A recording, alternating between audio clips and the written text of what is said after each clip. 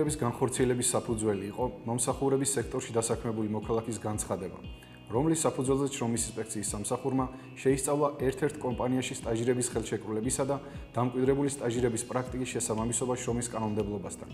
კომპანიის მიერ წარმოდგენილი დოკუმენტაციის შესწავლის შედეგად დადგინდა, რომ დარღვეულია საქართველოს ორგანული კანონის საქართველოს შრომის კოდექსის მე-18 მუხლი.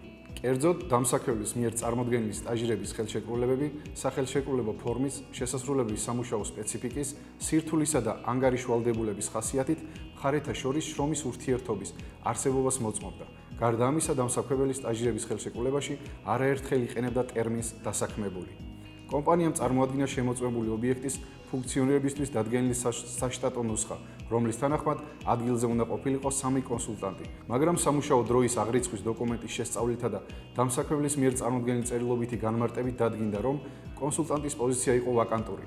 ამასთან კომპანიამ ვერ შეძლო იმის დადასტურება, რომ კონსულტანტის ფუნქცია-მოვალეობები შეთავსებული ჰქონდათ მენეჯერსა და მოლარეებს. შესაბამისად დადგინდა, რომ კონსულტანტის ფუნქცია-მოვალეობებს ასრულებენ ობიექტზე მყოფი სტაჟიორები. სტაჟირების განმარტება ისეთია, რომ არ უნდა ჩაანაცვლოს დასაქმებული და არ უნდა დაებსგავსოს შრომის ხელშეკრულებას. სტაჟირება უნდა იყოს მხოლოდ ცოდნის გაძლიერება და სწავლება, დასაქმებას არ დამსგავსებული საქმიანობით.